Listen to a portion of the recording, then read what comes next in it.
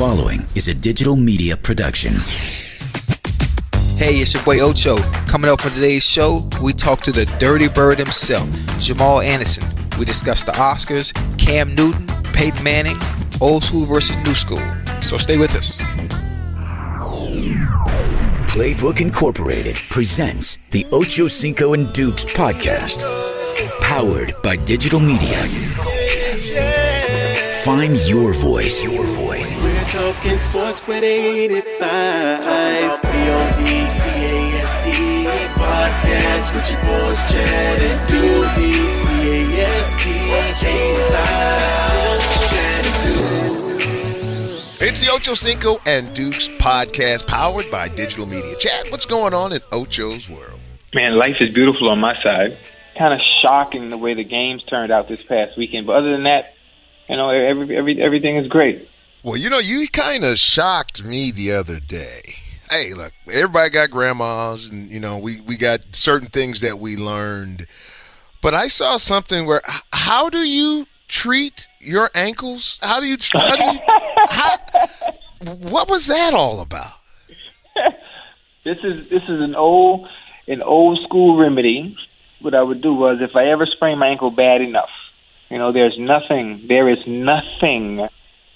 that any doctors or any team trainers can tell me that will beat a remedy, any remedy that comes from a grandmother. Any. So anytime I would hurt myself, I would always, for instance, sprain ankles. I would always take warm urine, warm it up in the microwave. Wait, I'm sorry. You said warm, what was that now? Urine. Pee. So urine, you take warm pee. Yes, pee. Warm it up, and I would soak my ankles in it, man. Soak it in there for about a good 20 minutes. Hot, warm urine, man, and you'll come out of there feeling like you never got hurt. I'm trying to get past the visual, bro. Just it's hard. You know, it's just a little hard for me to. Hey, you know what? It's one of those things where the visual messes you up, but the results are perfect. And some of the old school remedies that some of these old folks used to use back in the days, they don't make sense to us, but for some reason it always works. Wow. So you just go in the bathroom and just start peeing in a jar. How do you get the warm bucket of, and how many times did you have to have the urine before This is the bad thing about it. When I did get hurt, of course it was when I was in the NFL, so I would have to collect urine from the players. Oh, no. Come on, stop it. Hey, you know. Stop. The fact that I had to use their toxins, man, it was unbearable. But the results was the key. Wanting to be out there on Sundays at 1:00 was where my thought process was. Okay, all right. So let's just kind of play this out if you don't mind, because this is just kind of fascinating me. Hey, look here, dog. Look here, Mac. Do me a favor. Could you do? I mean, how do you go about asking TJ Uchmanzada? How do you go about asking for somebody's urine? Same with the NFL when it's time to drug test. You same what they ask. nice and politely. If you'll pee for the man, you'll pee for me. That's my favorite line. If you'll pee for the man, you'll pee for me. Oh my gosh, dude! Hey man, I gotta start praying for you, man. That's just some crazy, wild, wow. By the way, you cracked one of your rims on your ride? Yeah, man. I was on the freeway. I rarely ever have problems with or any issues with my cars. On the freeway rolling, and from my house to where I was going is a 45-minute drive. I am so thankful that my tire decided to go flat on the freeway at the 43rd minute, which already means I was at my destination. So there's a small crack in my rim, which is causing a slow leak, and I hit something on the freeway that just caused the tire to actually, bust completely. So I'm thankful I was where I needed to be. I didn't wreck. I happened to be going slow at the time, so I mean, it is what it is. Well, coming up a little later, we're going to talk, because we've been talking about this Oscar thing, and that thing is just really kind of taking life of its own. And big time. We have somebody who I think might even be more Oscar-worthy than you joining us on the show. The Dirty Bird himself, Jamal Anderson, is going to be joining us a little bit later on in the podcast. And nice. I kind of walk through, this whole, conversation about boycotting and because the good thing about it is you want activism and you know and you want things to be done right. So I'm really curious to hear what Jamal and you have to say about the Oscars and possibilities of, could Chad Ochocinco boycott the Oscars? You're listening to the Ocho Cinco and Dukes podcast, powered by digital media. I know a lot of people are going to be looking for Super Bowl tickets, and I'm telling you right now, the place to check out is SeatGeek. And the reason they want to check that out, Chad, is because not only can you get access to Super Bowl tickets and other tickets to sporting events, you can also get tickets to concert events. And for those of you who don't know how SeatGeek works, think about Kayak or Expedia, where basically they aggregate all of the best hotel rates and travel rates. And that's exactly kind of what SeatGeek does. It basically aggregates all of the quality seating at concerts and also at football games, basketball games, and other kinds of sporting events. Now, Chad, since you are so loaded, I think it's only appropriate that you give the folks a little something back, for their first purchase. So how much are we going to give all of these thousands and thousands of people back for the purchase of their first ticket? Being that I'm a giver. You are. Being that I'm a giver, and I'd rather give than receive, $20 back. Who's the president on a $20 bill? I don't even know who that is. Ocho. President Ocho. $20 rebate for first-time users. Now, let me tell you exactly how to do this. It's very simple. All you got to do is download the free SeatGeek app, and we need a promo code. So, Chad, give us a promo code that they can enter into the platform. I'm going to have to go with something. If you have good credit, this is exactly where you want the first number of your credit score to start with. So we're going to go with Ocho. Yeah, that's a good number to start with. That's also a better number to have as credit. Mine starts with like 2, 3 or something. I'm not sure if it's. But anyway, so go to settings, hit the tab, put in Ocho, and you will receive a $20 rebate for your first purchase with SeatGeek. So I'm telling you right now, take advantage of that right now. So download that free SeatGeek app and enter your promo code today. It's the Ocho Cinco and Dukes podcast. It's the Ocho Cinco and Dukes podcast, powered by digital media. We are proud to be joined by longtime friend Jam, the original Dirty Bird. Jamal Anderson, he joins us along with Ocho Cinco. And let's talk, we mentioned the Dirty Bird. Okay, Jam, you made the Dirty Bird in celebration famous. Even players right now are paying homage to you because you hadn't been in the league in, 25 or 30 years. So... Yo, Jamie, at least, when did I stop playing? In 2002. It's crazy to me. And some of the guys know my dance better than me, which is even wilder, Talk about the art of and I'll start with you, Chad, first, because you had a lot of different celebrations and a lot of choreographed celebration. What goes into the art of celebration, Chad? My art, I always focus on things that happen at the time. At that time, everything I did was something I saw on TV or something that happened, the night before. My stuff really wasn't choreographed. I would see it. Let's say, for instance, the river dance. We happened to be playing the Chicago Bears, and I forgot the name of the company. Whatever the name of the company is or the dance group that does the river dance happened to be in town in Chicago that night while I was staying in the hotel, and the commercial went across the screen. And I said, you know what? If I'm able to score on the Bears tomorrow, that's what I'm going to do. So that's how my celebrations went about. It would always be a spur of the moment, and it would cause me to, that would be funny to do. Oh, it's classic. So I got it now. So Jamie, Ocho's sitting in the room. You remember that commercial they used to come on when there's 50 people in the line doing the river dance, promoting a show? Oh yeah. Oh, no doubt. Yeah, he's sitting there. Yeah. And so what was he doing to make him want to watch that though? He says he never smokes, he never drank. So but I was just wondering what would make you just sit there and look at a river. Well, anyway. No, I wasn't watching. This was a commercial. I was okay. The channel. It was a commercial. Yeah, they used to wear that commercial out. I have to tell you, I was a little bit, I'd see some of Chad's celebrations, and I was like, man, why could I not have played against him? So you could raise the level, because it's one thing, obviously, having done the Dirty Bird and the dance taking off the way it did, it's one thing, but when you bring the performance with it, and this is where I always start with these celebrations, okay? When I see somebody who's celebrating and their team is down by 3 or 4 touchdowns, I'm maybe angrier than the angriest person on Twitter. I'm like, come on now, you getting blown out. Slow down with that, But when you have players who are playing to a certain level, and then they bring in that other excitement to the game. I'm like, man, this is the NFL, and that's why, I mean, when I came up with the Dirty Bird, we were going to New York, and nobody was really paying attention to how well we were playing, okay? And I'm like, we from Atlanta, the home of Billy White Shoes in prime time. We got to do something. And that's where it really came from. I'm like, we have to do something. We have a history here.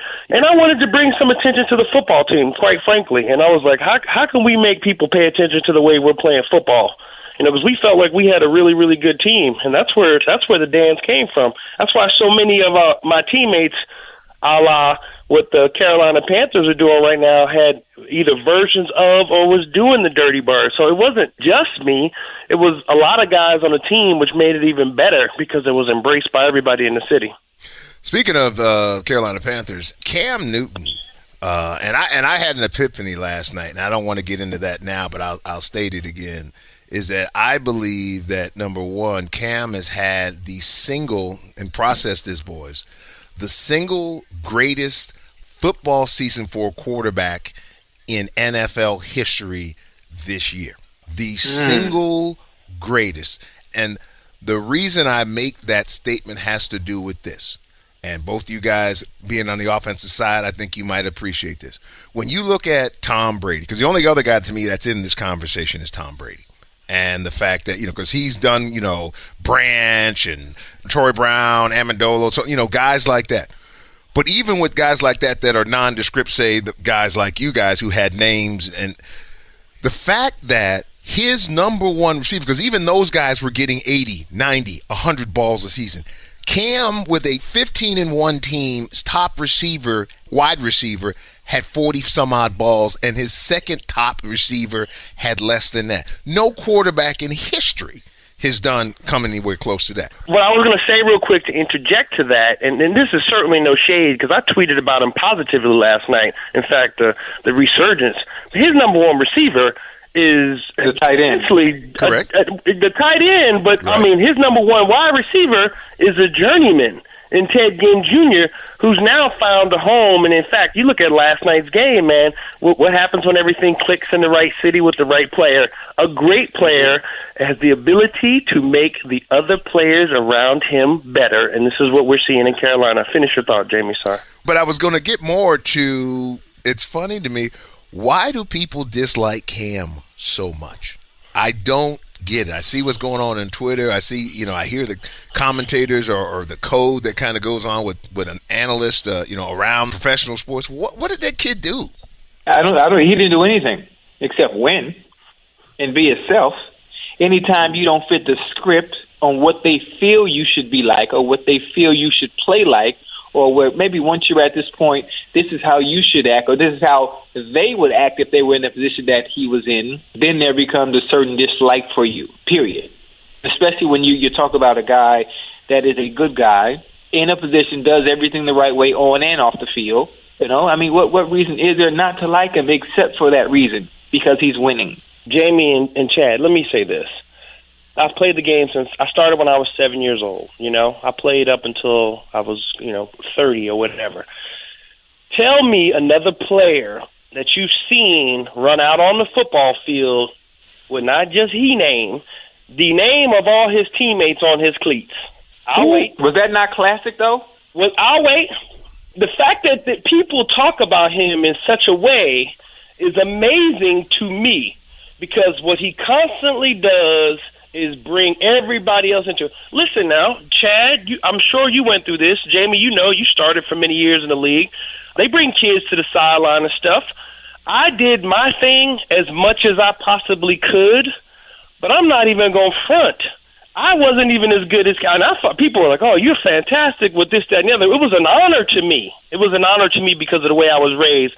I'm not even as good as Cam is with the kids and meeting people and the stuff on the sideline and giving away touchdown balls. Oh, come on, man. I have a lot of mine. But the things that they're doing and how the kids run down there and are so excited when the touchdowns come. I mean, it is a fully encompassing thing he's doing here, man. It's like the whole city is energized. The fan base is energized. And I'm just like, how can anybody not, I don't know. Everything he does is with a smile, and I'm like, well, your hate comes from somewhere else, and that's probably a whole other show, because it cannot be from what this man is doing on the football field and the excitement that he's bringing to his team and to his city and the way they're playing. You know, it's funny, though. A young lady, I was on Twitter last night, and so when I was talking about what I'd said earlier, she put it, well, at least, he's a good player, but he should be classier. I said, okay, so I guess, and she was a Packer fan. So I said, so he should be classy like Aaron Rodgers, who does his People's Champ every time, or his gunslinger pistol thing. His double check. Yes, all the time. So should he be classy like that? Is that what we're speaking? I just don't think that people have an idea of the hypocrisy, and they use it to just kind of hide and mask their disdain, and they will just totally ignore the apple that's in their eye. The funny thing about people is you can't please everybody, for one. So you get someone like Jay Cutler. They says he should show a little emotion. It's a problem. Then you get somebody like Cam Newton. He shows too much emotion. It's a problem. Then you get somebody in the middle that just has nothing. It's like, who wants to do that? Who wants to be something that they're not, to appease people that really don't care about you anyway, but they're only paying attention to you right now because of the position that you're in? Man, that window is real small, man. And one thing you got to do while you have that opportunity and that window is open, which is why I have no regrets about anything I've ever done, is I was able to do it, have fun, and most importantly, do it my way, within the confined rules to an extent.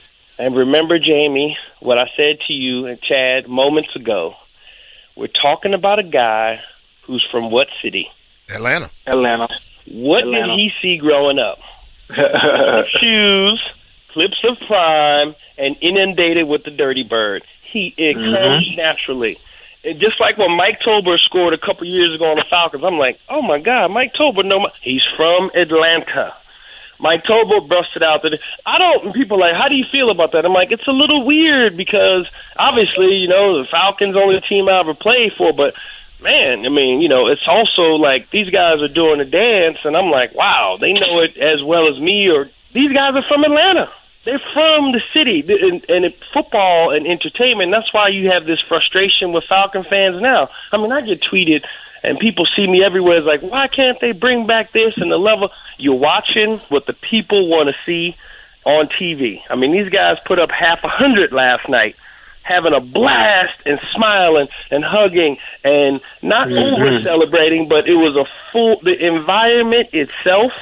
How could it not be? You know what I mean? The environment itself was awesome to see. And I'm not, I'm a Falcon through and through.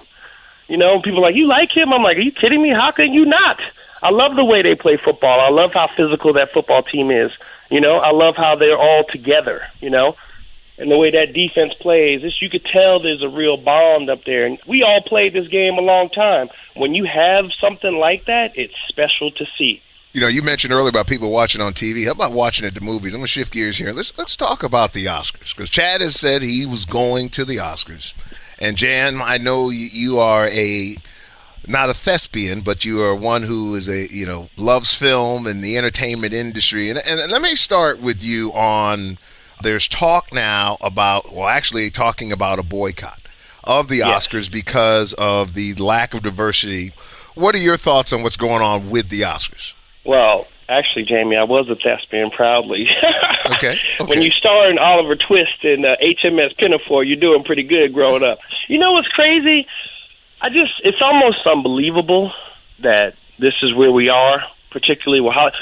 But then at the same time, I go, well, how can people be really, really surprised because of all the other things going on with Hollywood and how it's so difficult for black actors and actresses to find certain roles and how certain castings go. And then when the award season comes around, when certain performances are just passed over and glanced over, I'm like, it's amazing it's happening now, but I'm not amazed because you talk about it all year long about how there's not the level of diversity. I remember that situation with HBO's Project Greenlight, where Matt Damon basically tried to give a speech to an African-American female director who was on as a producer of his project. I don't know if you guys are familiar with that, but he tried to give her a speech about diversity, and she was dumbfounded, rightfully so. And it was like, he one of the good guys, right? But then I have this Chris Rock is hosting the awards. And so I'm like, man, I'm a big Chris Rock fan, and I know Chris Rock is going to make a lot of fun of it. And it's just crazy that we're in this situation. And Chad, are you going to go, Chad? You know what? My whole thing about the Oscars, this is my whole thing. In us understanding how the system is designed, which I'm not going to get into. I'm not going to get into it. And we talk about Oscars, we talk about TV network. I mean, just all the way across the board in the way everything is designed in general to where this is nothing new and it shouldn't be new, and why we're appalled about it. Jamie, I made an example on the last podcast. I don't know if you caught it, but I didn't want to get in depth with it about the movie 12 Years a Slave. Right. And I made the comments about the nominations and those who won the Oscars based on the role that they played. And then we have a movie like Concussion, that just came out. And there was one more, and it's really slipping my mind right now.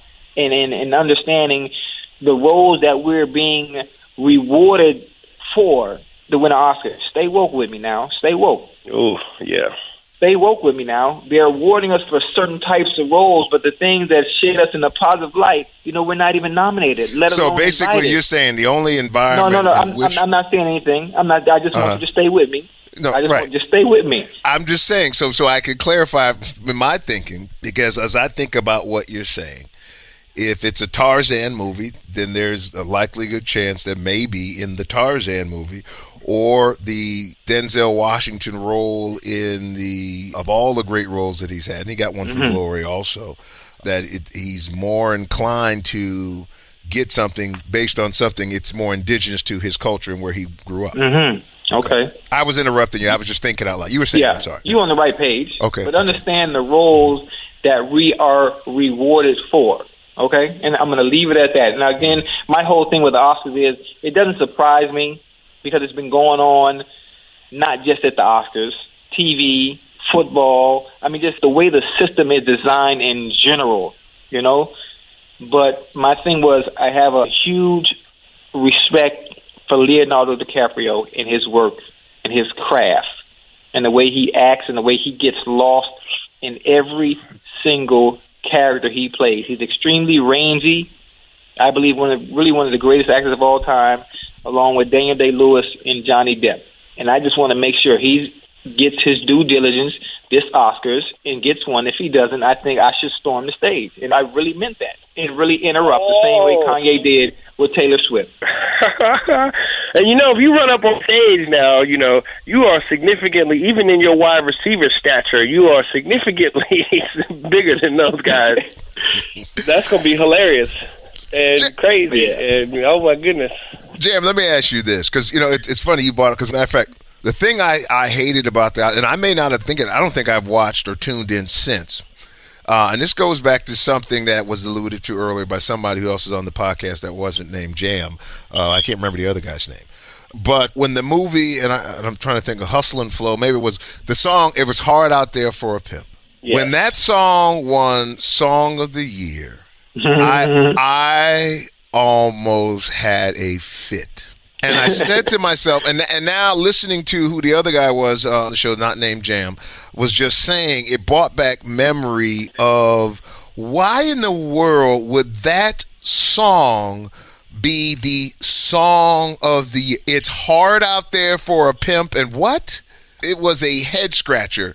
And now that the other guy that wore 8'5" said, it kind of brought back memories. It really kind of put that, is it because these certain roles they'll give you Oscars for? Is it some kind of trick? I think the interesting thing about that is once the movie, like Hustle and Flow, being an independent film and the way it was portrayed, and obviously Terrence Howard and fantastic, oh my goodness, Taraji P. Henson, they have their magic on screen together. Obviously, you look at what Empire is able to do on TV, and so once that movie got nominated, then you go to the music of it. And here's the thing for me: I was so I feel you, Jamie, completely, and Chad certainly. I was so happy for 3 6 Mafia. Like you know, you kind of like, man, it'd be real good if it was like a spiritual song. But I was so happy for those guys to be recognized for the tales that they had been telling about their experience, that I was like, man. But I understand where you're coming from. I certainly understand where you're coming from. Same with you, Jamie. But that's kind of where that whole connection comes from. I have a question. 12 Years a Slave was a movie that shed light on what went on years ago for some time, right? Right. Mm-hmm. So it brought history. You know, it taught us what happened in, you know, history. Straight Outta Compton is another movie that, you know, taught us about what happened, you know, late 80s, early 90s. And I would think for the generation that is around today, the younger generation, it shed light on how it was when Tupac and Big was around. It's how the hip-hop industry works as well. And to me, that film, even though I was here, to actually explain and give me the insight on what went on the inside, I felt like I was a part of that era, that entire 2 hours I sat through that movie. I really felt like I was a part of NWA, like really, thoroughly. There's no question. And I'll even... No nomination, no reward, no invite, no nothing. Yeah, that was crazy. And you know what's really crazy? My sister worked at Ruthless Records. My brother's first, when he was a performer, they were signed to Ruthless. Like, I've been to Eazy's house.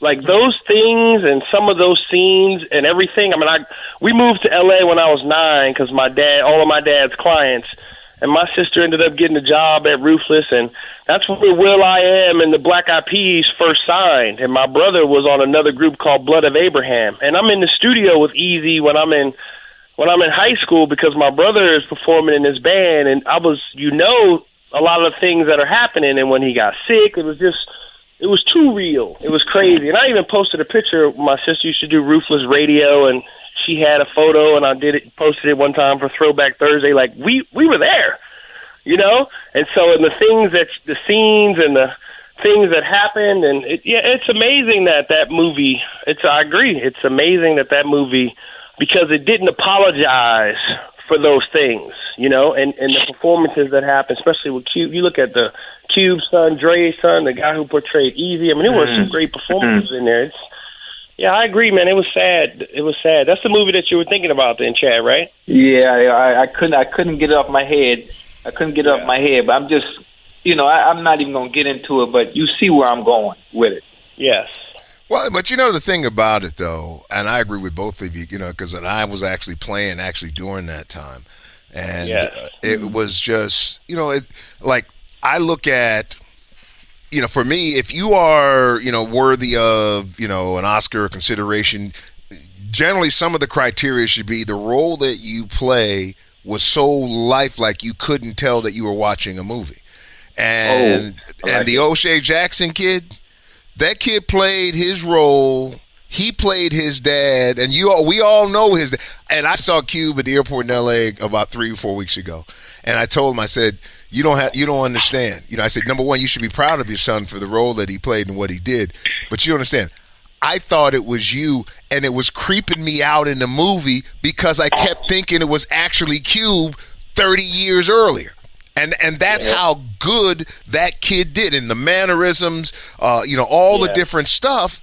And for that not to even be recognized, I thought Dre, the cat that played Dre, balled out. I don't know Dre per se, but I've seen him and watching the mannerism, that dude played that role, and I was just stunned. And Eazy-E, there's no question that dude played the role. No, I agree. It was a fantastic movie. It's sad. It's really sad that didn't get recognized. And man, when you watch the movie, you look at some of the stuff that's going on with 5-0 and the police, and you're like, woof. Well, a lot of things haven't changed, Anyway, so guys, I tell you what, man, it's been a great show.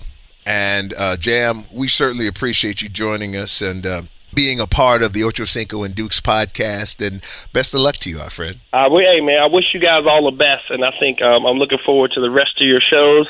And I'm looking forward to bumping to you guys both at Super Bowl 50. All right, boss. Thank you. Okay.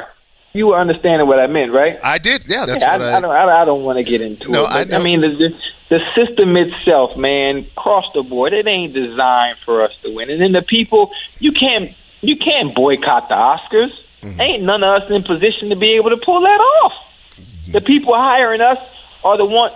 You know what? Let me shut up. Forget it. Don't worry about it. Listen to this. We can't sit here and say we're going to boycott the Oscars. The people that do the hiring that allow us to be put in position for our careers to see that fruition that we dream of are the ones doing the choosing. Those are the last people you want to piss off. The people that allow us to come through those doors. You boycotting Oscars. You know what they do? They are laughing. They are laughing at us. The people in power are laughing at us talking about boycotting. Boycott all you want. We didn't invite you anyway. We talk about Hollywood. You know Hollywood don't play and Hollywood don't care. They really don't need us. Honestly, it's 2016. Do you not see how hard it is still for us to get major roles? Major roles. The respect that we deserve in playing great actors and actresses. We talk about boycotting, man, we gonna all be at the door knocking trying to get in. So you don't believe that they should make a stand or a statement?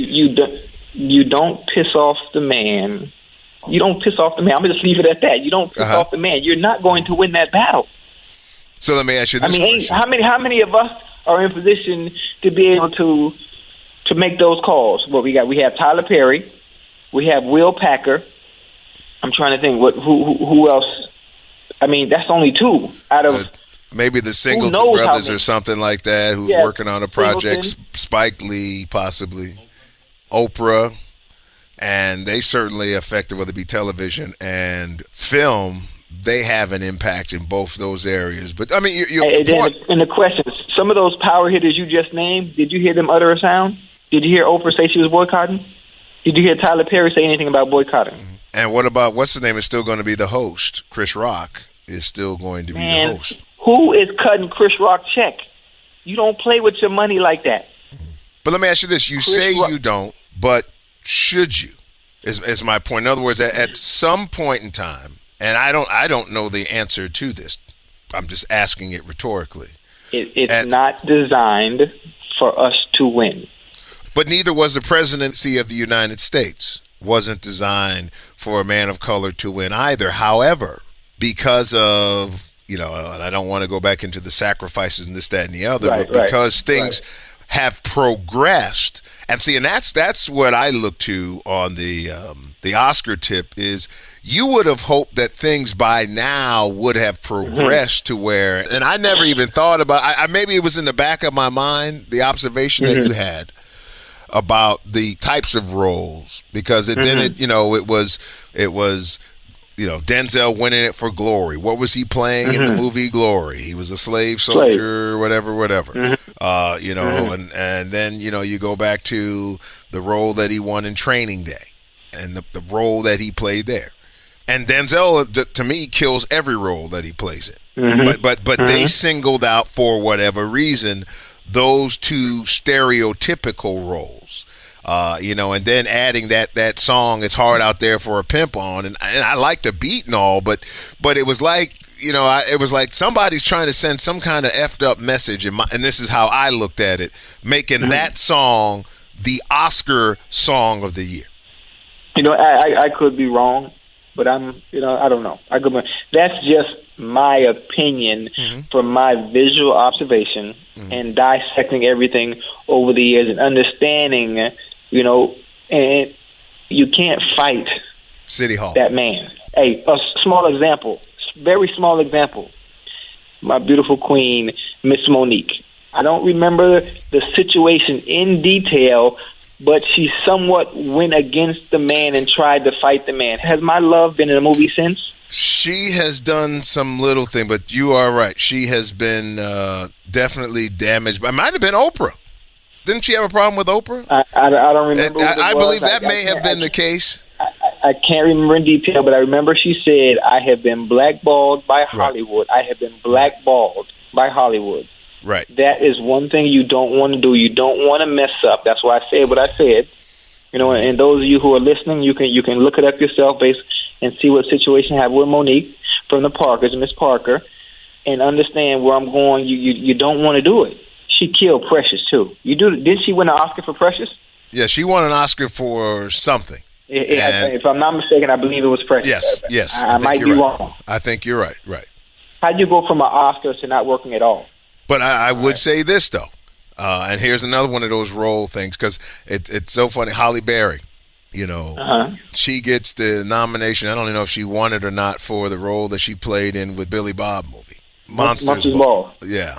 And and it's and she can't find work. I mean, she's getting work, but when for example, if I see another dang movie with Jennifer Lawrence, and I think I'm going to throw up. And it's not that she's not talented. It's like I don't understand how all Hollywood does is, they take the same 3 girls or 2 girls really, and Jennifer, and they just let's just keep waiting. They'll wait for movies so that they can just. And she has talent and she has range. But it's like, you're telling me that some of these other attractive, talented women can't get roles, she's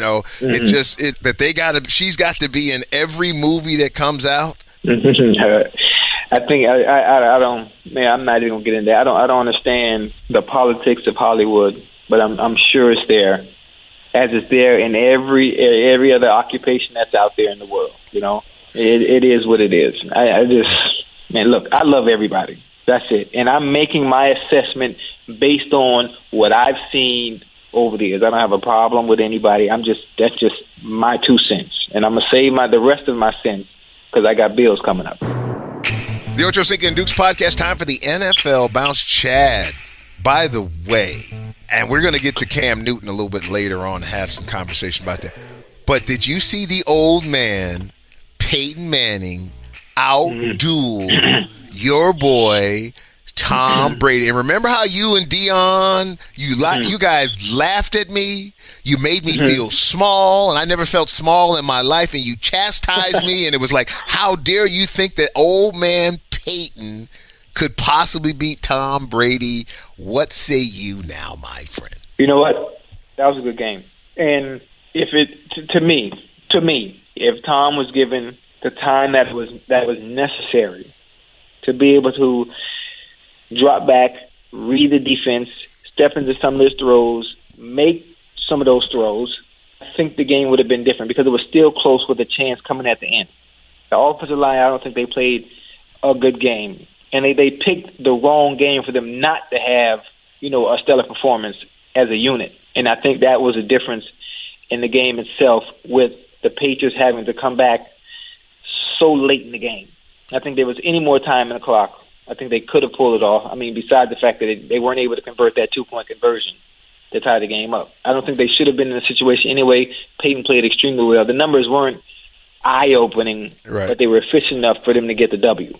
In the old, because I'm trying to put this in my mind. Like I said, I had the another epiphany, shall we say, or I've actually finally grudgingly have given, right, in my mind, again, Jamie's world, Tom Brady, I believe now is the greatest quarterback in the history of this game. And Montana was that guy for me always because of kind of like Jordan. Jordan was 6-0 in championships. Montana 4-0 in championships. Right. But Tom, just the numbers. I mean, think about it, he's played in his 10th championship game. Like that's every year. I'm supposed to be in the championship game. That's unbelievable, man. That's crazy.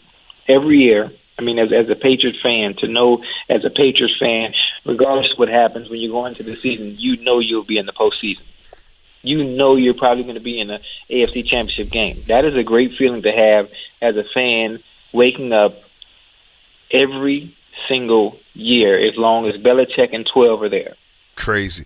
What does this do for Peyton's legacy in your mind? I think it's great.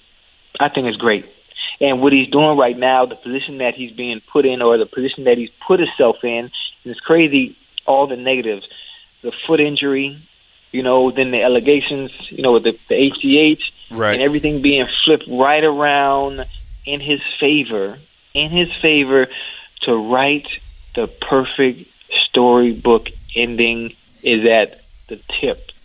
It's right. I mean, all he has to do is just finish the sentence and put the period and close the book. I mean, it's setting them up for the perfect story. Super Bowl, go out with a win, and ride off in the sunset and retire and probably go to TV. It will be interesting to see what he does on TV. I think they're going to buy the Broncos. He and Elway. Ultimately, I think they're going to be, they're going to be business partners when it's all said and done. Because he's going to own somebody's team. He's going to follow, in my mind, the Michael Jordan kind of roadmap. He's stacking chips. When you're making $20 million a year off the field plus for the last decade, on top of your $18 to $20 million salary every single year. He's stacking chips, like you wouldn't believe. But when I think about his legacy, because this will now be his 4th Super Bowl, and I believe that this might be the most sad. If he wins this game, and that's a big if because Carolina is not playing around. If he wins this game, this might be the crown jewel of his career to where maybe some folks who have had questions, and I've been one of them as far as this, he kind of chokes here or there. This might be the crowning jewel on his career, just like it was for John Elway. You're right. You're right. The funny thing, I can't even make a decision. I would love to see Peyton go out the right way. I would love nothing more to see than one of the best to ever play the game go out the right way. But then there's another half of me that want to see Cam Newton dabbing. There's another half of me that want to see Cam Newton smiling, man, that smile, and seeing him just bring it home for Carolina. So I'm at odds with the decision on the game.